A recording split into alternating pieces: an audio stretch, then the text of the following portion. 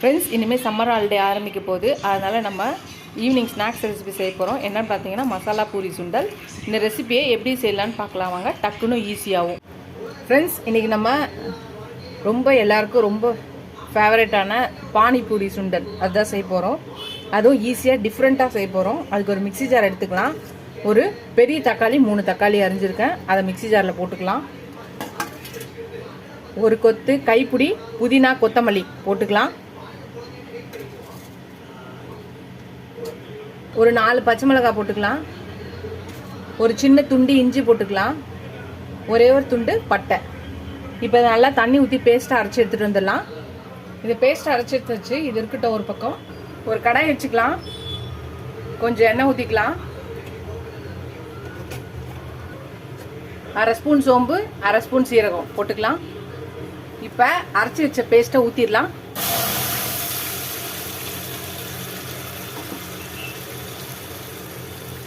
இது அப்படியே நல்லா கலக்கிடலாம். இப்போ இதில் 1 spoon red chilli powder, 1 spoon தனியா powder, 1 spoon garam masala, 1 spoon salt. இதை கலக்கிக்கலாம்.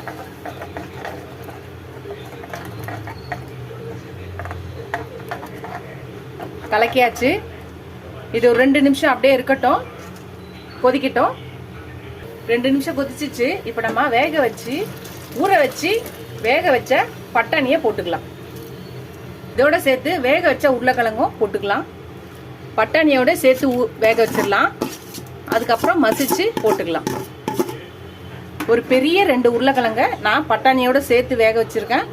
பட்டாணியை ஓவர் நைட்டு ஊற வைக்கலாம். இல்லைன்னா நீங்கள் நான் சாயங்காலம் செய்கிற மாதிரி இருந்தீங்கன்னா காலையிலே எழுந்து ஊற வச்சிட்டிங்கன்னா நல்லா இதாகிடும். பட்டாணி பார்த்தீங்கன்னா நல்லா வெந்திருக்கும். பார்த்தாலே தெரியும் பாருங்கள். ஒரு 5லேருந்து 6 விசில் விட்டிங்கன்னா சரியாயிடும். சாயங்காலம் செய்கிறதா இருந்தால் காலையில் ஊற வச்சாலே போதும். இல்லை உங்களுக்கு இதாக ரொம்ப டவுட்டாக இருந்துச்சுன்னா நைட்டே ஊற வச்சிடலாம். நல்லா ஒரு கலக்கிட்டு கொஞ்சம் தண்ணி ஊற்றிக்கலாம். நம்ம உருளைக்கிழங்கு போட்டிருக்கோம் இல்லையா, ஸோ அதனால் சீக்கிரமாக திக்காயிடும். அதனால் கொஞ்சம் தண்ணி ஊற்றிக்கலாம். இது கொதிச்சு வந்துச்சுன்னா சரியாயிடும். இது கொதிக்கிட்டோம். ஒரு 5 நிமிஷம் கொதிக்கிட்டோம். 5 நிமிஷம் கொதிச்சிச்சு, ரெடி ஆயிடுச்சு. இதை நம்ம நிறுத்திடலாம். இப்போ சர்வ் பண்ணிடலாம். ஃப்ரெண்ட்ஸ், நம்ம சர்வ் பண்ணிடலாம். நம்மளோட சுண்டல் ரெடியாக இருக்குது. அப்புறம் பார்த்தீங்கன்னா பானிபூரி அப்பளம், அப்புறம் கார்ன் சிப்ஸ், அப்புறம் வெங்காயம் தக்காளி எல்லாம் பொடியாக அரிஞ்சு வச்சாச்சு. இப்போ சர்வ் பண்ணிடலாம். முதல்ல நம்ம சுண்டலை போட்டாச்சு. இப்போ பானிபூரி அப்பளத்தை போட்டுக்கலாம். கொஞ்சம் கார்ன் சிப்ஸை போட்டுக்கலாம். இப்போ கொஞ்சோண்டு ஆனியன் போட்டுக்கலாம். இப்போ கொஞ்சம் தக்காளியும் போட்டுக்கலாம். இப்போ பார்த்தீங்கன்னா கொஞ்சோண்டு மிக்சர் உங்ககிட்ட இல்லைன்னா ஸ்கிப் பண்ணிக்கலாம். மிக்சர் போட்டால் இன்னும் சூப்பராக இருக்கும். இப்போ final touch secret masala.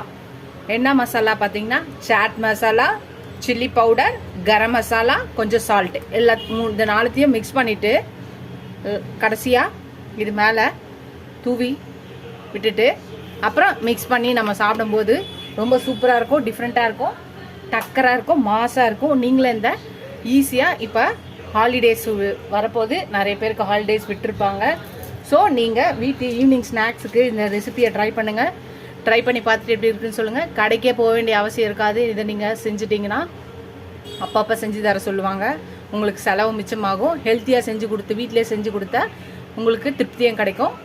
Try பண்ணி பார்த்துட்டு எப்படி இருக்குன்னு சொல்லுங்கள். இந்த வீடியோ உங்களுக்கு பிடிச்சினா லைக் பண்ணுங்கள். ஃபஸ்ட் டைம் என் சேனலை பார்க்கணும் சப்ஸ்கிரைப் பண்ணிட்டு பாருங்கள். உங்கள் ஃப்ரெண்ட்ஸ்க்கும் என்னோட சேனலை ஷேர் பண்ணி சப்ஸ்கிரைப் பண்ண சொல்லுங்கள். இந்த வீடியோவும் உங்கள் ஃப்ரெண்ட்ஸ்க்கு ஷேர் பண்ணி செஞ்சு பார்க்க சொல்லுங்கள். இதோட அடுத்த வீடியோவில் அடுத்த ரெசிபியில் பார்க்கலாம். டாடா பாபா ஃப்ரெண்ட்ஸ்.